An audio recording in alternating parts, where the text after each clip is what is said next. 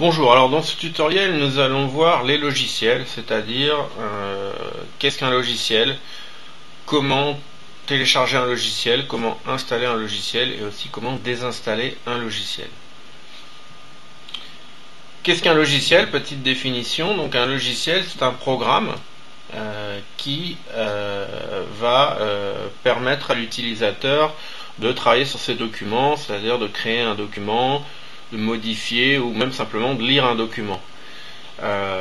Donc ça va offrir évidemment une interface interactive qui va nous permettre de dialoguer avec la machine pour pouvoir travailler sur le document. Après il y a des logiciels spécifiques pour chaque chose, hein. Vous allez avoir des logiciels pour faire du traitement de texte comme LibreOffice ou Word, des logiciels pour aller sur internet comme Chrome, Firefox, Internet Explorer, des logiciels pour faire de la retouche photo comme Photoshop, GIMP, etc. Il y a plein de logiciels, hein, aussi bien dans le domaine grand public que dans le domaine professionnel, et évidemment des logiciels concurrents, des logiciels gratuits, des logiciels payants, etc. D'ailleurs, puisqu'on est dans les définitions, il faut savoir que par exemple vous avez les logiciels libres qui sont des logiciels dont le code on dit est open source, c'est-à-dire que il est accessible, un informaticien peut voir comment est fait le logiciel et puis participer au développement du logiciel s'il le veut. Donc vous avez beaucoup de logiciels libres qui des fois sont développés par des communautés de bénévoles comme ça. La plupart des logiciels libres sont gratuits mais pas forcément, vous avez des logiciels libres qui sont payants. Et puis sinon ouais, vous avez des logiciels propriétaires qui sont payants.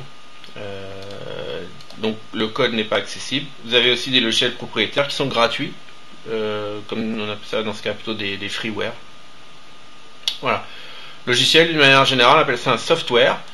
Et puis après vous avez des shareware, c'est-à-dire que le logiciel est accessible par exemple pendant 30 jours. Logiciel de démonstration, vous pouvez l'utiliser pour voir comment il fonctionne, mais après au-delà de 30 jours vous ne pouvez plus l'utiliser. Donc il y a évidemment des logiciels qui sont déjà installés avec l'ordinateur quand vous avez acheté votre ordinateur, mais il y en a d'autres par la suite que vous allez devoir installer si vous souhaitez faire des choses plus spécifiques ou plus professionnelles. Vous allez forcément devoir acheter ou récupérer des logiciels gratuits sur internet et les installer sur votre ordinateur.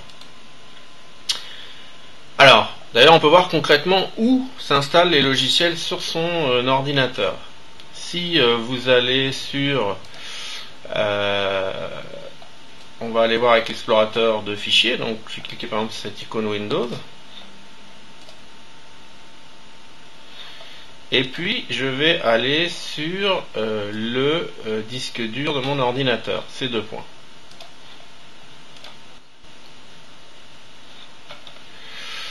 Qu'est-ce qu'on voit? On voit qu'il y a un dossier qui s'appelle Programme. Alors des fois Program File, c'est pareil, des fois il est écrit en anglais. C'est en fait dans ce dossier Programme que le logiciel, quand il va s'installer, va se mettre. Donc vous retrouvez ici tous les logiciels quelque part qui sont installés sur l'ordinateur. Si on prend par exemple le logiciel LibreOffice, on va le retrouver dans un dossier LibreOffice. Normalement, plutôt dans les L. Voilà. Alors, là j'en ai deux. Il y en a une version que j'ai pas désinstallée, peu importe. Qu'est-ce que je vois dans ce dossier LibreOffice? Par exemple, que j'ai d'autres fichiers et d'autres sous-dossiers. Combien j'en ai? Hop, on va aller dans les propriétés.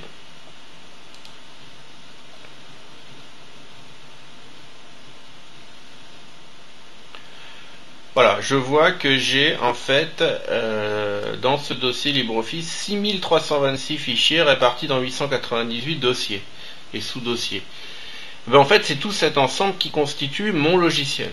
Donc, si vous voulez, à part quelques petits logiciels où on n'a qu'un seul fichier exécutable, Les gros logiciels, c'est vraiment un ensemble de fichiers qui fonctionnent entre eux, qui communiquent entre eux.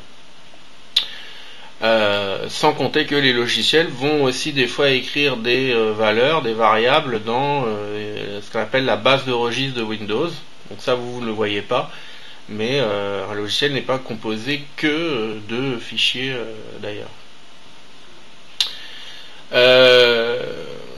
Voilà, alors après, quand on lance un logiciel, évidemment, on lance un seul fichier exécutable qui, lui, évidemment, va venir chercher les autres fichiers dont il a besoin. C'est pas forcément évident de savoir quel est le fichier exécutable à lancer en premier. Là, moi je le sais, par exemple ici il va être dans le sous-dossier programme, et puis il va s'appeler par exemple soffice.exe, ou même là j'ai le traitement de texte swriter.exe.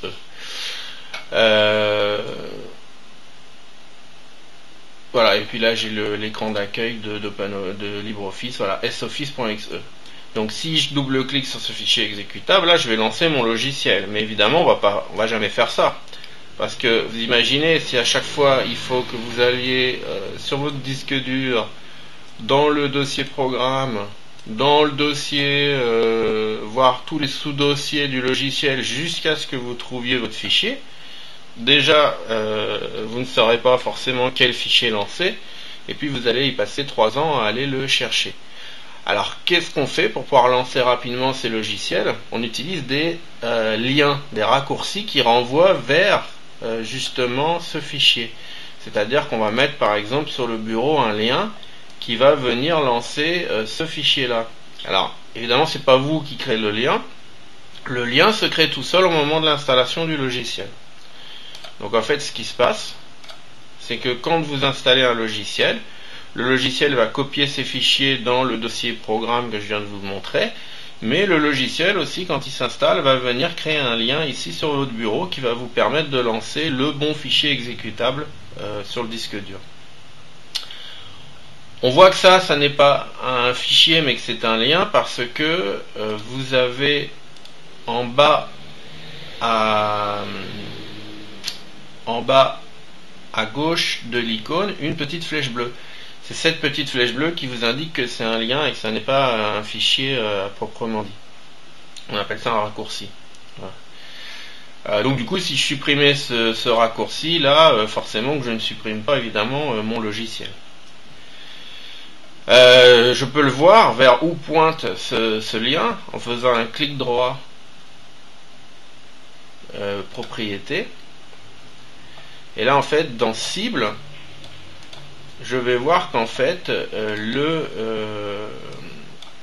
lien pointe vers un fichier qui s'appelle soffice.exe, lui-même dans un dossier qui s'appelle programme, lui-même dans un dossier qui s'appelle LibreOffice 4, lui-même dans un dossier qui s'appelle Program Files, et Program Files qui est sur la racine C2 du disque dur. Donc vous voyez que je retrouve tout le chemin où se trouve le fichier exécutable, et c'est ce fichier là qui est lancé quand je clique sur le lien. Donc vous avez ici dans les propriétés du lien la cible du lien. Voilà, c'était juste à titre d'info, évidemment. Pour bien que vous compreniez concrètement comment ça se passe. Alors des liens, il n'y en a pas que sur le bureau qui sont créés. On peut aussi en créer dans la barre des tâches en bas. Je vous montrerai justement comment faire ça plus tard. Et il y a aussi des liens qui sont créés dans le menu démarrer, là, tout en bas à gauche, dans tous les programmes. Donc quand vous installez un logiciel, va se créer un lien, soit directement ici, soit dans un sous-dossier. Par exemple, LibreOffice, il a créé un dossier, et dans ce dossier, il a mis différents liens. Pourquoi? Parce qu'en fait, LibreOffice, c'est une suite bureautique, donc en fait, quelque part, on n'installe pas qu'un logiciel, on installe en même temps plusieurs logiciels. Voilà, donc ce lien-là, LibreOffice, c'est, on pourrait dire, quasiment la même chose que ce lien-là. Si je supprime ce lien-là, je n'ai évidemment pas supprimé mon logiciel. Donc, en fait, si je veux supprimer, on ne dit pas supprimer un logiciel, d'ailleurs, on dit désinstaller un logiciel, parce qu'il ne suffit pas simplement de supprimer les fichiers et les liens, il faut aussi enlever toutes les variables qu'il a mis dans la base de registre. Et ça, évidemment, vous ne pouvez pas le faire. Donc on ne sait pas où elles sont, et puis il peut y en avoir des milliers. Donc c'est pour ça qu'en fait, le programme, il a généralement un fichier de désinstallation, une procédure de désinstallation qu'il faut exécuter pour pouvoir désinstaller proprement le logiciel. Alors des fois cette procédure et ce fichier de désinstallation est en lien dans démarrer tous les programmes. Par exemple, vous voyez, si je prends dans PhotoFiltre, donc j'ai bien le lien pour lancer PhotoFiltre, mais j'ai aussi un lien désinstaller PhotoFiltre. Donc ça va exécuter un fichier qui va lancer la procédure de désinstallation du logiciel. Donc en fait la procédure de désinstallation s'installe au moment aussi de l'installation du logiciel. Mais Windows me permet aussi généralement de désinstaller mes logiciels. Alors pour ça, en fait, quand vous allez dans le menu donc démarrer, ici en bas à gauche, vous allez après dans panneau de configuration. Et là dans le panneau de configuration, vous allez voir dans la rubrique programme, vous allez voir un lien en bleu, là ici, moi, désinstaller un programme. Donc vous allez là-dedans.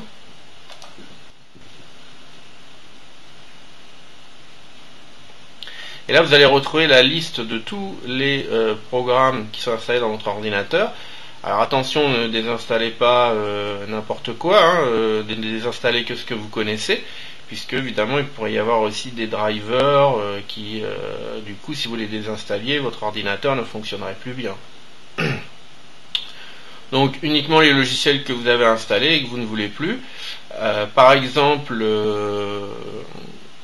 qu'est-ce que je peux désinstaller?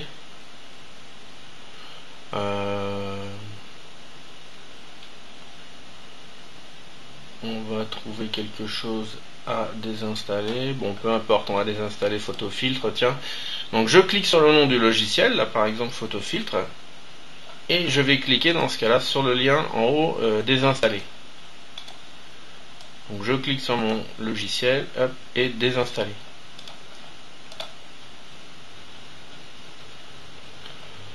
Ensuite, je rentre dans la procédure de désinstallation. Donc là, je vais juste faire suivant. Et puis là, je vais avoir tout simplement le lien, le bouton désinstaller. Donc je clique là-dessus. Et là, il désinstalle. Donc il supprime les fichiers du dossier programme, les raccourcis normalement sur le bureau, partout, les variables dans la base de registre de Windows. C'est-à-dire que là, vous faites une désinstallation propre. Si vous faisiez que supprimer juste les fichiers, ça serait pas propre. Il pourrait y avoir des conflits qui restent dans votre ordinateur. Voilà, terminé. Donc je ferme. Mon logiciel est bien désinstallé. Là, je ne l'ai plus dans la liste. Je peux fermer ça. Et puis je n'ai plus aussi mon raccourci sur le bureau. Et il a dû disparaître s'il a bien fait son boulot. Normalement.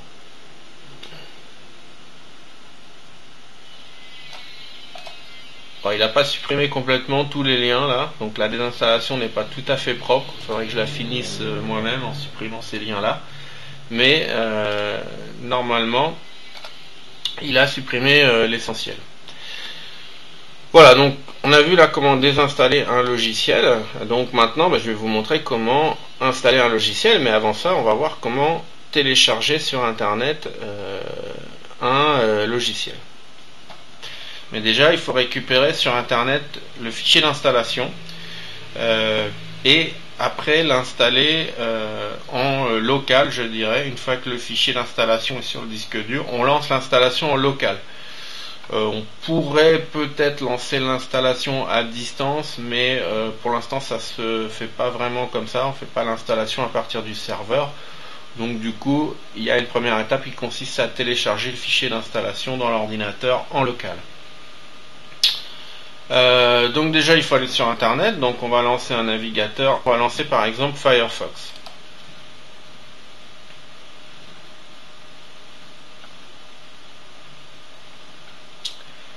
Alors, si vous connaissez le nom de votre logiciel, vous pouvez faire une recherche Google. Par exemple, je sais que le logiciel que je veux télécharger s'appelle LibreOffice. Donc je tape LibreOffice. Alors, là il faut faire attention. Google vous donne différents résultats. il m'a donné par exemple 10 millions de pages qui contiennent le mot LibreOffice. Donc ça veut dire qu'il y a probablement des centaines de sites qui me permettent de télécharger ce logiciel. Parmi ces centaines de sites là, il y en a peut-être qui sont des sites comment on dit, qui ne sont pas de confiance, qui pourraient justement m'envoyer un virus par exemple au lieu de m'envoyer le fichier du logiciel. Donc il faut faire attention où vous mettez les pieds quand vous téléchargez quelque chose. Si vous êtes sur un site que vous ne connaissez pas, ne téléchargez rien, sinon vous risquez de télécharger des bêtises ou des pubs ou des virus ou des choses qui vont polluer votre ordinateur. Là, dans les premiers résultats de Google, il n'y a pas trop de risques. Encore qu'il ne faut pas que vous fassiez de faute dans l'orthographe du nom du logiciel. Si vous faites une faute dans l'orthographe du nom du logiciel, vous risquez de télécharger aussi quelque chose qu'il ne faut pas. Mais si a priori vous ne faites pas de faute dans l'orthographe du logiciel, dans ce cas-là, soit dans les premiers résultats de Google il y a peu de risques, soit vous allez sur le site de l'éditeur, le site du fabricant du logiciel, bon là il y a peu de risques pour le télécharger, donc par exemple là libreoffice.org, soit vous allez sur des sites de confiance. Alors il y en a assez connus, par exemple comme 01net, clubic.com, comment ça marche.net, .com, etc. Attention, il y a quand même certains de ces sites qui envoient avec les logiciels des sortes d'adware, comme c'est arrivé avec 01net. Donc faites attention, ça peut arriver aussi, c'est plus rare avec Clubic. Donc il faut faire attention quand même, mais bon, ça reste quand même des sites de confiance. Prenons par exemple Clubic. Donc je vais tout simplement cliquer sur le lien pour être dirigé sur le site. À ce moment-là, j'arrive directement sur la page de téléchargement. Normalement, le site a détecté mon système d'exploitation et donc du coup va me proposer par défaut la version du logiciel qui est adaptée à mon système. Donc si je clique sur le lien télécharger, a priori ça devrait fonctionner. Néanmoins, si vous avez un doute, vous pouvez quand même vérifier les différentes versions un peu plus bas dans la page. Si je descends, je descends. Là, ici, je n'ai que une seule version qui m'est proposée, donc il n'y a pas de souci. Mais des fois, vous avez plusieurs versions qui vous sont proposées. Là, il n'y a pas de souci puisque la version qui m'est proposée fonctionne aussi bien sur Windows Vista 64 bits, Windows 7 64 bits, Windows 8 64 bits, etc. Vista 32 bits, 8 32 bits et même Windows XP. Si par exemple j'étais sur un ordinateur Macintosh, il m'aurait mis directement sur la page normalement du téléchargement Mac. Bon, il faut quand même faire attention quand vous cliquez dans les résultats de Google, mais a priori il détecte votre système. Des fois vous avez deux versions différentes, une version 32 et une version 64. Si on prend un autre exemple que LibreOffice, je sais pas, par exemple voilà, là par exemple j'ai cherché un logiciel de sécurité qui s'appelle Microsoft Security Essentials. Donc vous voyez en bas que j'ai trois versions qui me sont proposées. Une version 32 bits, une version 64 bits et une version pour XP. Donc il est évident que si vous avez un système 32 bits et que vous téléchargez la version 64 bits, ça ne marchera pas, vous ne pourrez pas l'installer. Comment savoir quelle est la version de votre Windows? Est-ce que j'ai un Windows 62 ou 32 bits? Alors vous pouvez le savoir par exemple en allant dans Démarrer, panneau de configuration, Système et sécurité, et vous cliquez sur Système.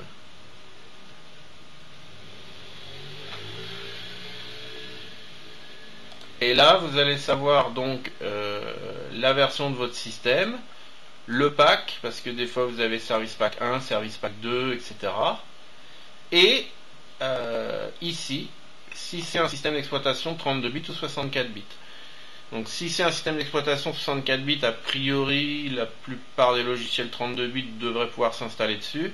Par contre l'inverse n'est pas vrai, si vous avez un système 32 bits, évidemment les logiciels 64 bits ne pourront pas s'installer dessus, sauf si le logiciel peut s'adapter aux deux, 32 bits, 64 bits. Donc ça c'est ce que vous voyez ici en regardant donc un peu plus bas dans la page ce que j'essaye de vous expliquer depuis tout à l'heure. Ici par exemple le logiciel se décompose en deux, une version pour les 32 bits, une version pour les 64 bits, donc là il faut faire attention à ce qu'on fait. Par contre si on revient sur notre premier cas de figure LibreOffice, vous voyez bien qu'ici j'ai qu'une seule version du logiciel qui va s'adapter à la fois pour le 64 bits et pour le 32 bits de la majorité des systèmes Windows, donc il n'y a pas de souci. Je peux cliquer ici sur le bouton orange télécharger à côté ou tout en haut comme c'était proposé au début. Je peux cliquer ici sur le bouton télécharger. Donc allons-y.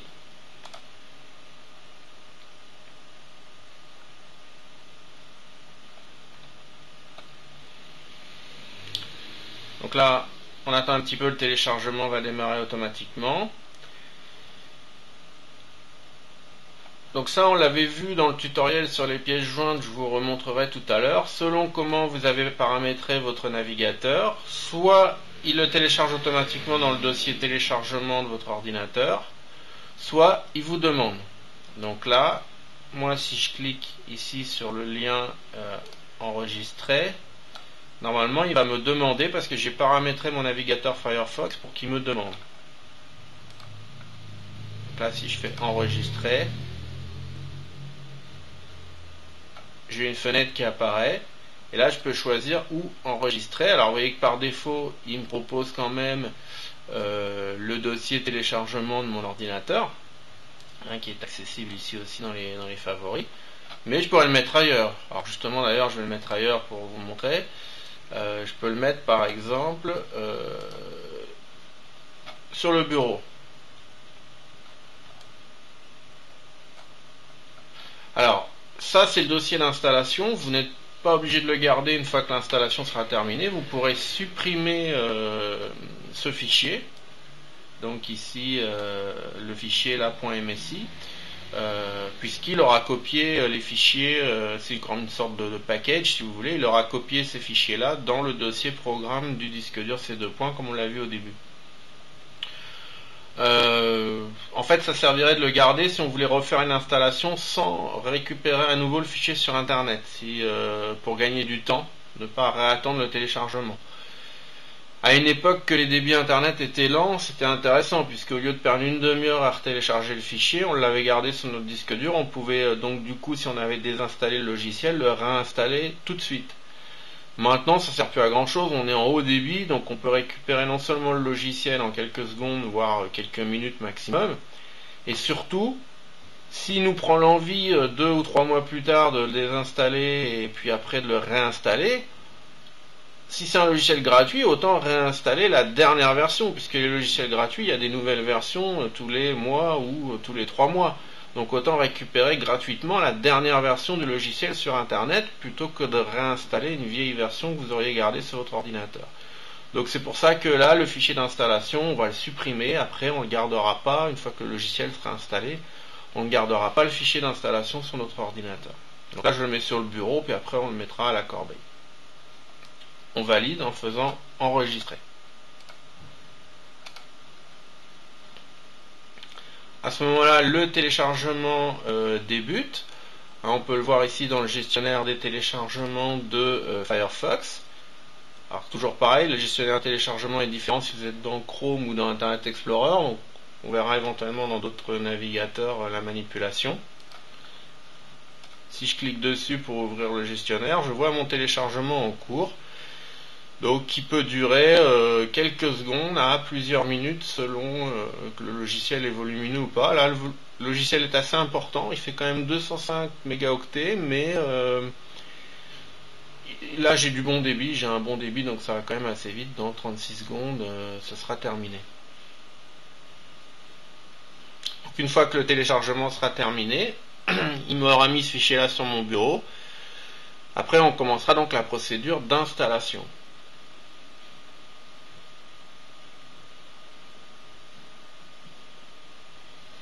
Voilà, donc là le téléchargement est terminé, je vais pouvoir commencer la procédure d'installation en cliquant ici sur le nom du fichier que je viens de télécharger. Je clique sur le nom du fichier, et là je vais rentrer dans la procédure d'installation donc en local. Donc je pourrais dire qu'à partir de ce moment-là, je n'ai plus besoin de mon navigateur internet, je peux fermer mon navigateur internet.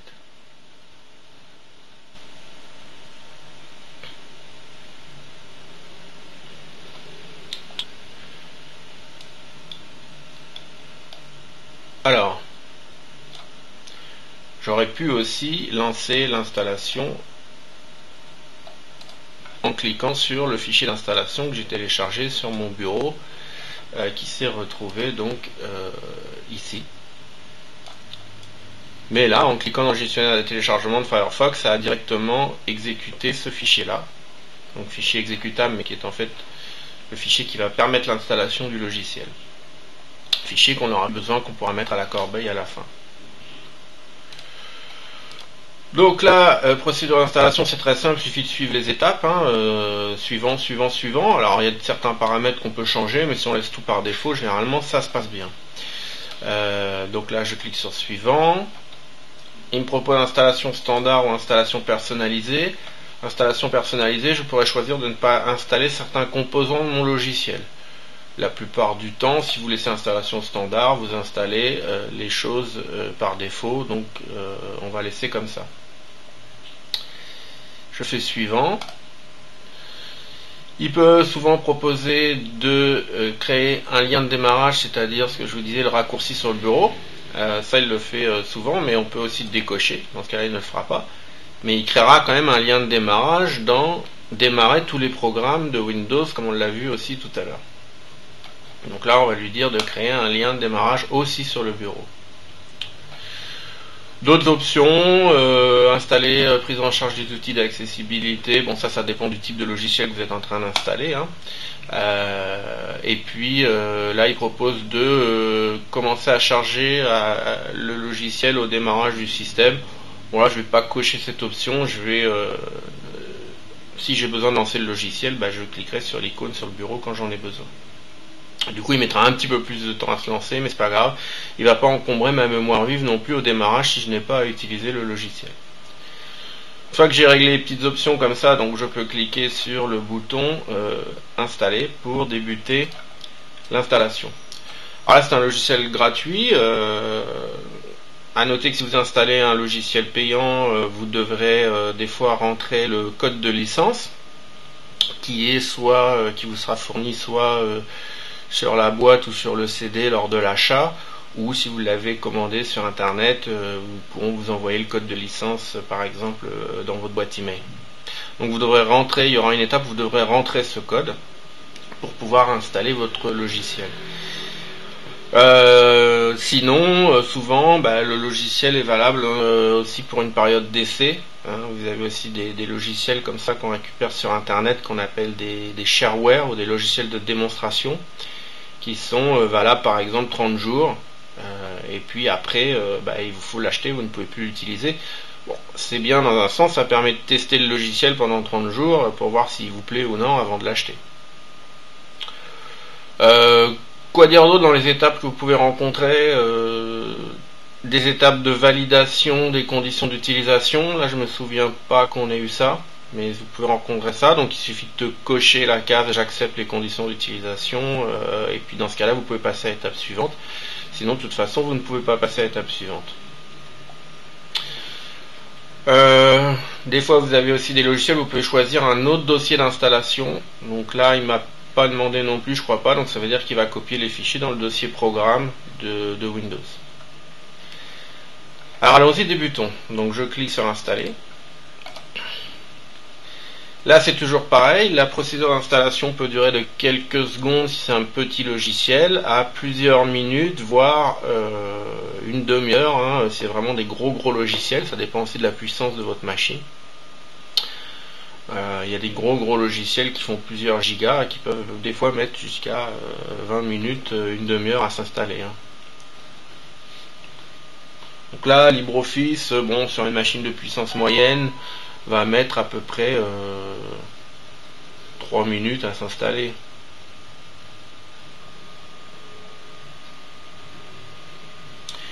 Voilà, donc là, l'installation est terminée, donc il suffit de cliquer sur terminer. Et donc, il m'a bien créé un raccourci sur mon bureau, qui me permet donc de lancer mon logiciel. Il me crée aussi un raccourci dans tous les programmes, soit directement au début, soit il met dans un dossier. Là c'est le cas, il a mis dans un dossier, ici, LibreOffice, et j'ai plusieurs raccourcis. Alors là j'ai plusieurs logiciels en fait, puisque LibreOffice n'est pas vraiment un logiciel, c'est une suite bureautique, donc il y a plusieurs logiciels dedans.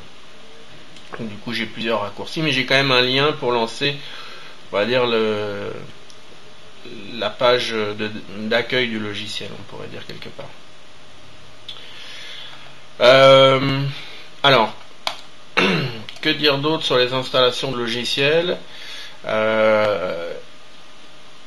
Pour l'installation, pas grand chose d'autre, à part que là je peux supprimer le fichier d'installation, comme je vous l'ai expliqué tout à l'heure.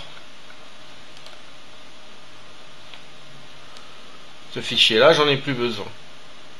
Alors, on reconnaît que c'est le fichier d'installation, hein. Il y a un pack, vous voyez, une petite boîte avec un CD, comme quand vous achetez le CD dans le commerce.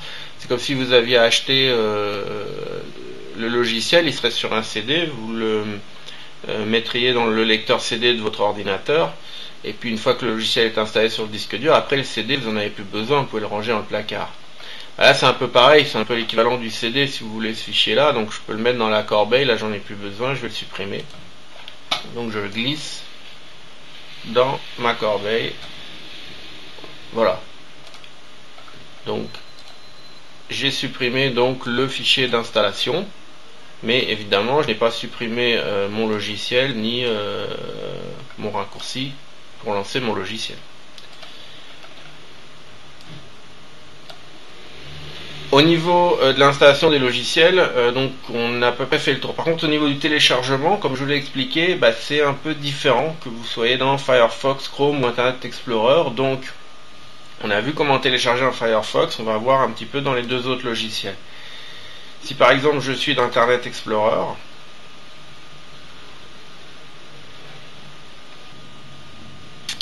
on va se remettre sur Clubic,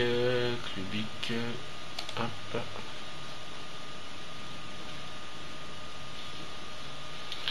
Après il y a des petites différences aussi évidemment selon les sites sur lesquels vous téléchargez votre logiciel. Regardez bien les étapes et sur quel lien il faut cliquer, hein. Bon, c'est souvent un lien où il y a marqué télécharger, mais il faut aussi cliquer sur le nom du logiciel. Faites attention de ne pas cliquer sur des pubs, et puis aussi faites attention d'être bien sur le bon site comme je vous ai expliqué tout à l'heure, et pour ne pas télécharger un virus. Donc là, Clubic, bon, il n'y a pas de danger de virus. Alors, hop, télécharger.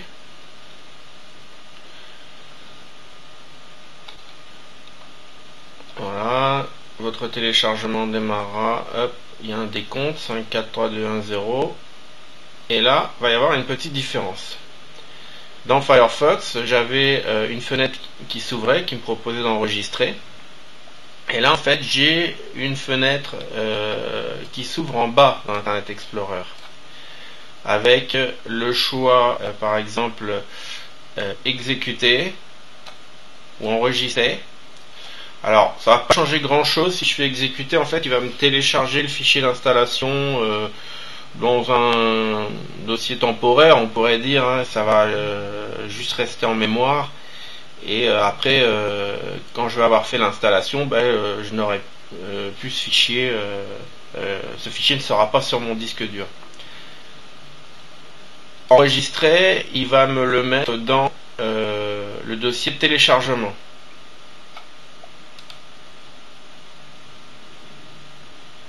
Donc je n'ai pas le choix. Dans ce cas-là, il me le met obligatoirement dans le dossier téléchargement.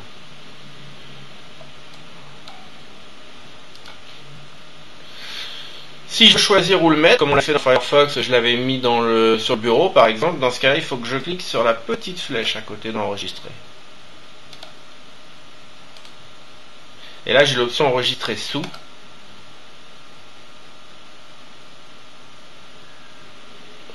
Et là, à ce moment-là, je peux choisir par exemple de le mettre sur le bureau. Voilà. Et là, du coup, on retombe dans le même cas de figure après que sur Firefox. Voilà. Donc ça, c'était sur Internet Explorer. Maintenant, dans Chrome, comment ça se passe?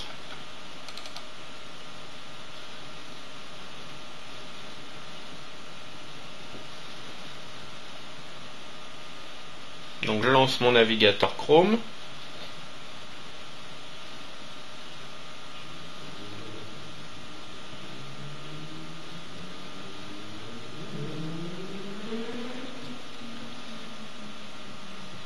Alors déjà, si vous voulez qu'il vous demande où enregistrer votre document, et non pas qu'il mette par défaut dans le dossier téléchargement, il faut que vous modifiez un paramétrage en Chrome. C'est-à-dire que dans ce cas-là, vous cliquez sur le petit icône qui est ici.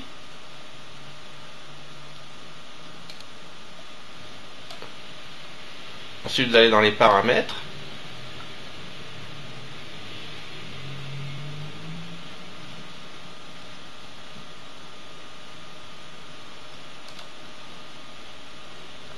Ensuite, vous allez aller dans afficher les paramètres avancés.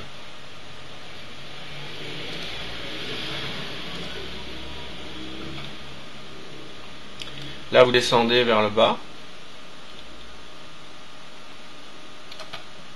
Vous allez trouver une rubrique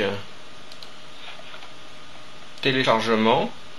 Et dans cette rubrique téléchargement, vous allez cocher l'option toujours demander où enregistrer les fichiers.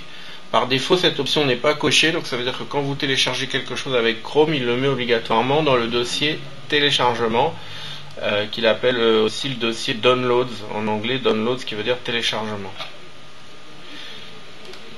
Donc, une fois ça paramétré, donc j'ai pas besoin d'enregistrer, ça s'enregistre automatiquement. Si je refais la manip dans Chrome, télécharger,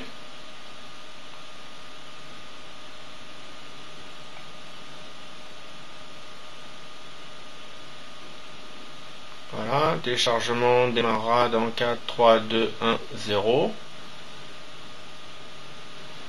Et là, il y a une petite différence, donc toujours par rapport à Firefox et Internet Explorer, c'est que dans Chrome, votre gestionnaire de téléchargement, il va être en bas à gauche.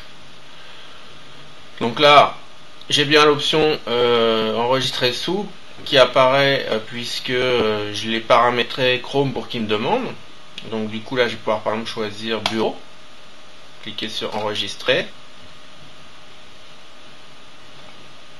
Et là, donc, comme je vous disais, le gestionnaire ici apparaît en bas à gauche dans Chrome et avec un petit camembert et une petite qui se remplit en vert au fur et à mesure, sans des aiguilles d'une montre au fur et à mesure que ça télécharge. Quand le camembert est rempli complètement en vert, c'est que le téléchargement est terminé. À ce moment-là, vous pouvez cliquer dessus pour lancer l'installation de votre logiciel. Vous pouvez aussi ouvrir le gestionnaire des téléchargements.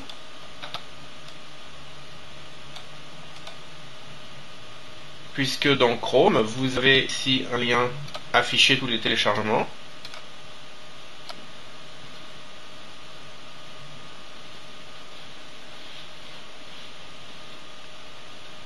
Et une fois votre gestionnaire de téléchargement ouvert, vous pouvez aussi donc suivre le téléchargement de votre logiciel avec le petit camembert qui se remplit là, dans le sens aigu d'une montre. Et quand c'est terminé, il vous le dit que c'est terminé, puis vous pouvez tout simplement cliquer sur le nom du fichier pour commencer l'installation. Donc vous voyez qu'au niveau des téléchargements, il y a des petites différences d'un navigateur à l'autre, que vous soyez dans Firefox, Chrome ou Internet Explorer. Après, l'installation c'est toujours pareil évidemment, puisque c'est le fichier qui s'exécute en local. D'ailleurs, dans Firefox, on n'a pas vu comment paramétrer pour qu'il demande ou enregistrer. Donc, on va voir ça tout de suite. Voilà, je vais relancer Firefox. Donc, pour paramétrer votre Firefox au niveau des téléchargements, il faut que vous alliez en haut dans Outils, puis Options, puis dans Général, vous allez pouvoir cocher ici dans la rubrique téléchargement, toujours demander ou enregistrer les fichiers. Encore une fois, cette option n'est pas cochée par défaut, ça veut dire que si vous avez installé Firefox dans votre ordinateur, par défaut, dès que vous téléchargez quelque chose, ça ira dans le dossier téléchargement de votre ordinateur. Si vous voulez pouvoir choisir, il faut que vous cochiez cette option. Voilà, puis après il suffirait de faire OK. Et donc le gestionnaire des téléchargements dans Firefox se trouve ici en haut. Donc quand un téléchargement est terminé, vous pouvez aussi ouvrir le gestionnaire en cliquant là et puis en cliquant sur le nom du fichier, mais ça on l'a déjà vu. Voilà, donc on a fait le tour de tout ce qui était téléchargement selon les navigateurs, installation de logiciels. Bon, ça c'est pas très compliqué, il suffit de cliquer sur suivant, suivant, suivant. Pour terminer sur les logiciels, on va voir 2-3 petites choses concernant les raccourcis. Par exemple, si vous voulez créer un raccourci dans la barre des tâches en bas dans Windows, donc votre barre des tâches qui s'appelait avant du temps d'XP la zone de notification, mais maintenant ça a fusionné en quelque sorte avec la barre des tâches. Comment garder l'icône dans cette barre des tâches pour pouvoir lancer directement le logiciel à partir de là? Il faut d'abord que vous lanciez votre logiciel. Donc admettons je vais mettre Chrome ici. Alors comment je fais? Je vais d'abord lancer Chrome.